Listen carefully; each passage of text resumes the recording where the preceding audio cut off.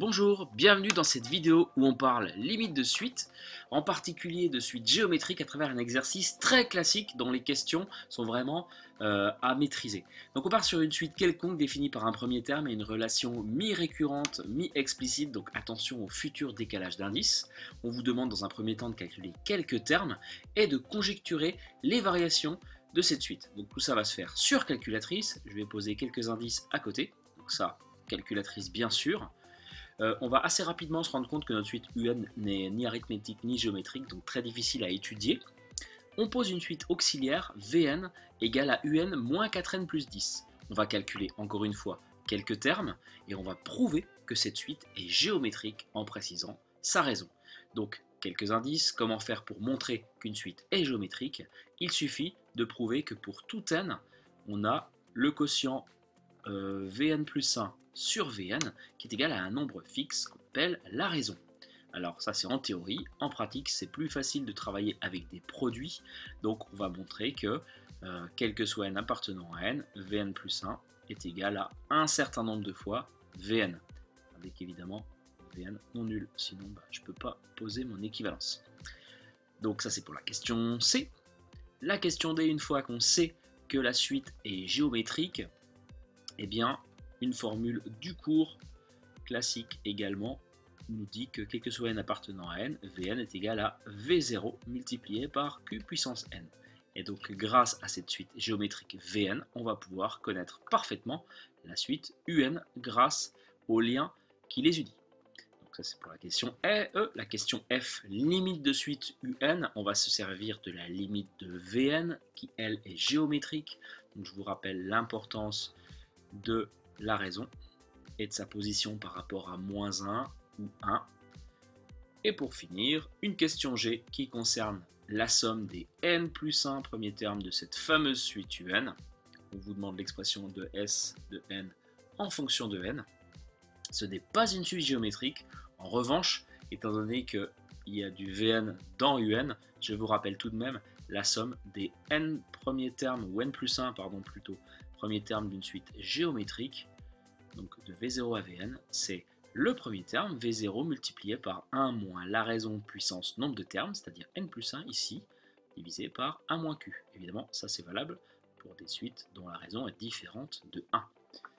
Donc c'est le moment de mettre sur pause, de chercher un petit peu, et puis on en rediscute dans quelques instants.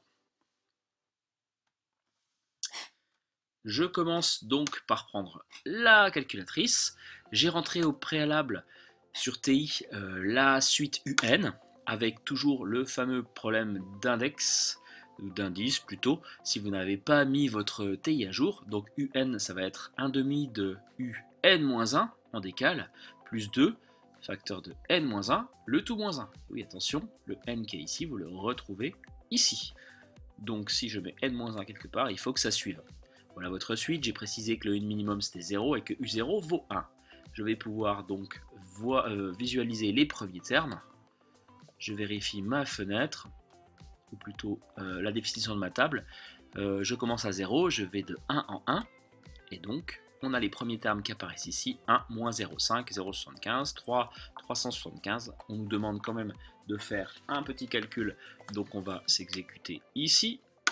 Donc U1 c'est 1 demi de U0 plus 2 fois 0 et non pas 2 fois 1. Encore une fois, c'est le même N qui est présent ici et ici. Donc si vous mettez U0, c'est 2 fois 0 moins 1. Ce qui donne donc 1 demi plus 0 moins 1, 1 demi moins 1, ça fait moins 1 demi ou moins 0,5. U2, pareil, 1 demi de U1 plus 2 fois 1 moins 1, donc moins 1 quart plus 1, 3 quarts, ou 0,75. U3, 1 demi de U2 plus 2 fois 2, moins 1, c'est-à-dire 3 huitièmes, 1 demi fois 3 quarts, 3 huitièmes, plus 4 moins 1, ça fait 3, donc 27 huitièmes. Donc 3,375, c'est bien ce qu'on avait ici. La suite semble-t-elle croissante ou décroissante? Alors c'est vrai qu'avec ces simples 4 premiers termes, c'est compliqué d'arriver à émettre une conjecture qui soit plutôt correcte.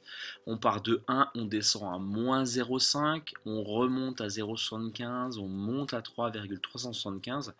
Là, on va quand même jeter un coup d'œil à la calculatrice pour vérifier qu'en effet elle descend au début, mais qu'elle remonte et ça a l'air d'être une tendance qui se confirme sur le long terme. Donc on va conjecturer que la suite semble croissante, mais on va préciser à partir du rang 1, puisqu'en fait il y a une petite descente au début et ça remonte à partir de moins 0,5. Donc UN, entre parenthèses, semble croissante à partir du rang 1. Au niveau variation, voilà la conjecture qu'on peut poser. Au niveau de sa nature, on pourrait prendre le temps de faire des quotients, par exemple U1 divisé par U0, ça fait moins 0,5 divisé par 1, ça fait moins 0,5, et U2 divisé par U1, ça fait 0,75 divisé par moins 0,5, ça ne fait évidemment pas le même résultat que précédemment. Donc de ces deux quotients différents, on peut déduire que la suite n'est pas géométrique. Et pareil, on pourrait faire la soustraction de deux termes consécutifs, genre U3 moins U2 et U2 moins U1, pour prouver qu'elle n'est pas non plus arithmétique. D'où l'utilisation d'une suite auxiliaire, la suite Vn, qui est posée ici. Et donc, on calcule les premiers termes.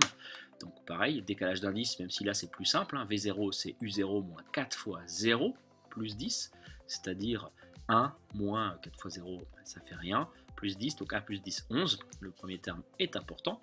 Les autres, pareil, on remplace, V1 on trouve 5,5, V2 2,75 et V3 1,375.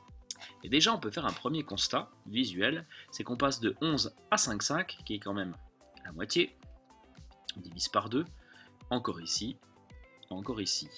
En faisant ce constat, on n'a absolument rien prouvé, mais on peut émettre une conjecture, c'est que la suite est géométrique de raison 1,5, multiplié par 1,5.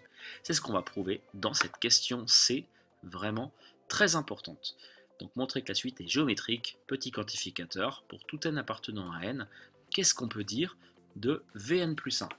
Et bien Vn plus 1, par définition, ça va être U indice n plus 1, ici donc, moins 4, facteur de n plus 1, toujours, le tout, plus 10. Je vais remplacer ensuite, je pourrais développer ce truc-là, mais je le ferai après, je vais déjà remplacer un plus 1 par son expression en fonction de n. Parce que l'idée, c'est que je veux du Vn à la fin. Et Vn, c'est quoi? C'est du un et du n. Et là, j'ai bien du n, mais je n'ai pas de un, j'ai du un plus 1. Donc, je remplace un plus 1, on a déjà fait ça de nombreuses fois, par 1,5 de un plus 2n moins 1. Là, je vais en profiter pour développer, donc ça fait moins 4n moins 4, plus 10. Et là, je me retrouve avec des termes en un, et puis des termes en n, et des constantes. Donc c'est à peu près tous les ingrédients qu'il me faut. Donc, je vais réduire ceci, ça fait 1,5 de un. J'ai 2 un ici, j'en enlève 4, donc ça fait moins 2. Et au niveau des constantes, 10 moins 4, ça fait 6. Moins 1, ça fait 5. Et là, je suis au bout de ce que je peux faire. C'est le moment de recoller les morceaux. Moi, je veux trouver à la fin quelque chose fois Vn. Et ma suite Vn, qu'est-ce que c'est? C'est ici, Vn, c'est Un moins 4n plus 10. Donc, comment faire pour passer de ceci à ce qu'on veut?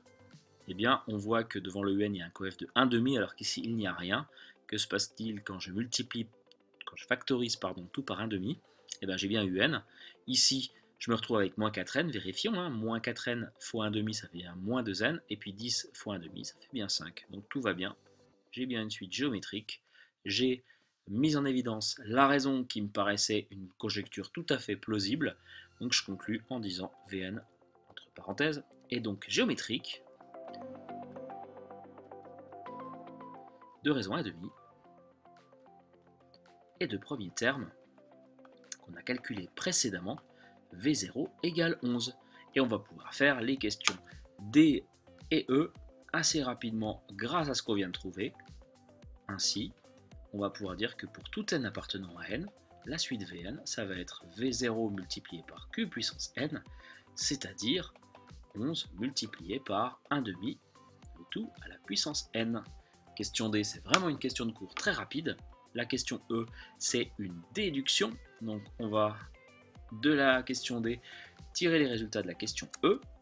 La suite Vn, la suite Un plutôt, comment faire pour l'obtenir à partir de la suite Vn? eh bien, quel que soit n appartenant à n, on a Vn qui est égal à ceci. Donc Un va être égal à Vn plus 4n, je le passe de l'autre côté, moins 10. Et donc je me retrouve avec 11 multiplié par 1 demi puissance n plus 4n moins 10. Voilà l'expression de Un en fonction de n. Si je veux U50, il me suffit de remplacer n par 50. Donc voilà un résultat important. Après celui-là, la suite UN définie en fonction de n. Et donc c'est beaucoup plus simple à étudier. En particulier, la limite. Alors c'est parti pour la question limite que je vais caser ici. On va le faire morceau par morceau.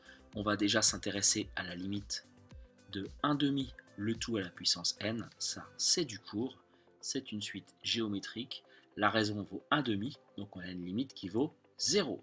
Et ce qu'on attend de vous, c'est que vous précisiez que la limite, la raison, pardon, c'est 1 demi et que cette raison fait partie de l'intervalle moins 1, 1 ouvert. Donc entre moins 1 et 1. Et donc limite de, j'aurais pu mettre le 11 devant, limite de 11 multiplié par quelque chose qui tend vers 0, c'est toujours 0.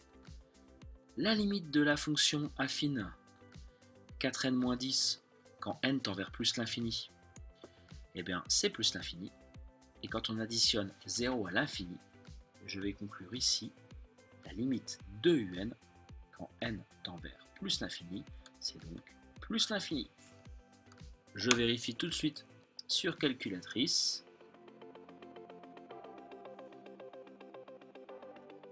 Alors, je vais baisser un petit peu. On voit que c'est un petit peu long. Donc là, je vais directement dans mon DevTable. Je cale le début par exemple à 100, pourquoi pas. Après, il ne faut pas que la machine bug non plus. Donc là, ça mouline, ça travaille. Et on constate que ça continue à monter. Donc, en effet, on aurait pu le conjecturer dès le départ. Là, on l'a prouvé. Ça correspond bien à ce qu'on a sous les yeux. Il nous reste à faire la question G. Question G, donc. Quel que soit n appartenant à n, on va s'intéresser à la somme Sn, la somme des n plus 1 premier terme de la suite Un. On peut au passage écrire aussi somme des UK pour k allant de 0 à n au niveau écriture.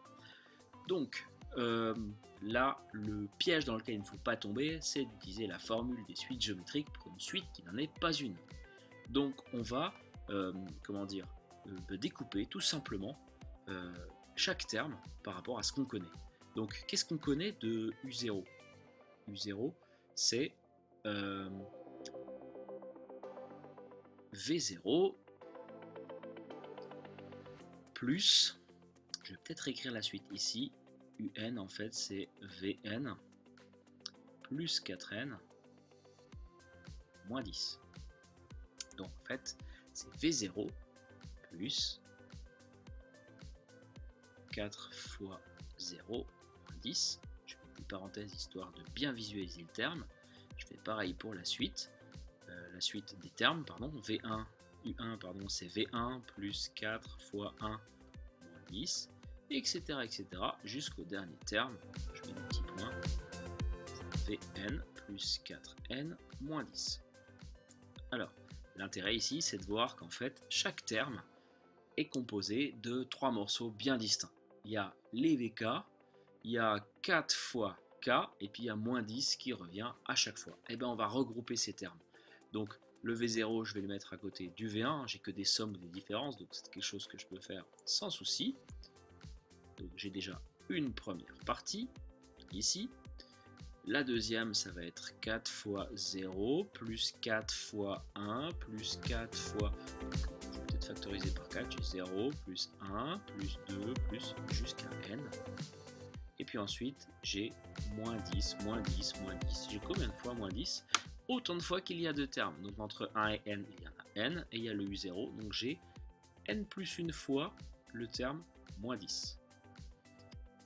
Donc ici, je me retrouve avec quelque chose de plutôt simple. Je vais parler tout de suite du premier terme. C'est la somme des n premiers termes d'une suite géométrique. Donc là, on va pouvoir utiliser ma formule ici. à cet endroit-là. Ça donne premier terme, donc 11, multiplié par 1 moins la raison, c'est toujours 1 demi, puissance n plus 1, le tout sur 1 moins 1 demi. On simplifiera juste après. Et puis il me reste le terme central, puisque le dernier on en a déjà parlé. Le terme central, il y a un 4 et surtout derrière, il y a la somme des n premiers entiers, sachant que le 0 en fait, bon, on peut très bien ne pas le compter. Et donc 0, 1 plus 2 plus 3 plus n, formule à connaître, pareil, c'est ceci, n fois n plus 1 sur 2. n fois n plus 1 sur 2. Qui se remonte éventuellement par récurrence ou alors de manière plus symbolique en écrivant une fois la somme à l'endroit et à l'envers, en sommant les termes 2 à 2, on arrive à trouver n fois n plus 1 et on coupe tout en deux pour retrouver cette formule. Bon ben voilà, j'ai exprimé ma somme Sn en fonction de n, je n'ai que du n, ici, ici, ici et ici. Je vais juste simplifier un petit peu la forme. 1 moins 1 demi, ici ça fait 1 demi, ce truc là. Donc ça fait 1 demi, et quand je divise 11 par 1 demi, c'est comme si je multipliais 11 par 2. Donc je vais me retrouver avec 22, facteur de 1 moins 1 demi puissance n plus 1, plus 4 divisé par 2, ça fait 2, donc 2n, facteur de n plus 1, moins 10, facteur de n plus 1. Bon, bah, puis après, techniquement, c'est à peu près fini, hein. J'ai répondu à la question. Si vraiment je veux un tout petit peu, comment dire, arranger ces bricoles, je vais peut-être déjà développer ça, pour, et puis ça aussi d'ailleurs, 22 fois 1, ça fait 22. Ensuite, moins 22 fois 1 demi à la puissance n plus 1. Alors le n plus 1, je peux le faire porter sur le 1, mais aussi sur le 2. Puisque sur le 1, bah, ça ne peut pas bouger. Plus 2n carré, plus 2n, moins 10n, moins 10. Donc les termes en n carré, 2n carré. Les termes en n, termes en n, il y en a 2 moins 10, ça fait moins 8, moins 8n. Les constantes, 22 moins 10, ça doit faire 12. Et puis après, j'ai ce fameux terme là. Alors, je vais pouvoir l'arranger un tout petit peu. Je vais le traiter à part. Donc là, vous aurez compris que l'exercice est terminé. J'aurais pu presque m'arrêter avant, mais j'avais envie de vous montrer comment arranger ces choses-là. Donc 22 multiplié par 1 demi puissance n plus 1. Je remonte ce que j'ai déjà écrit. Hein. C'est pareil que 22 fois 1 puissance n plus 1, donc 1 sur 2 puissance n plus 1. Et en fait, ben, cette puissance n plus 1, je vais la découper un petit peu. Ça fait 2 puissance n fois 2. Donc en fait, 22 divisé par 2, je vais pouvoir l'utiliser ici. Ça fait 11 multiplié par 1 sur 2 puissance n tout court. Et donc voilà. C'est un tout petit peu plus simple. Et c'était un moins, puisqu'il est ici. Donc voilà, là c'est vraiment l'expression dans son plus simple appareil. Je ne peux pas faire plus court au niveau de son écriture. On pourrait d'ailleurs en calculer la limite. Ici, 1 demi puissance n, ça tend vers 0, fois moins 11, ça tend vers 0, et puis tout ça, ça tend vers plus l'infini. 0 et plus l'infini, ça fait plus l'infini. Bon ben voilà pour cet exercice plutôt complet avec pas mal de choses. J'espère que ça ne vous a pas posé trop de problèmes, et puis je vous dis à bientôt pour une prochaine vidéo.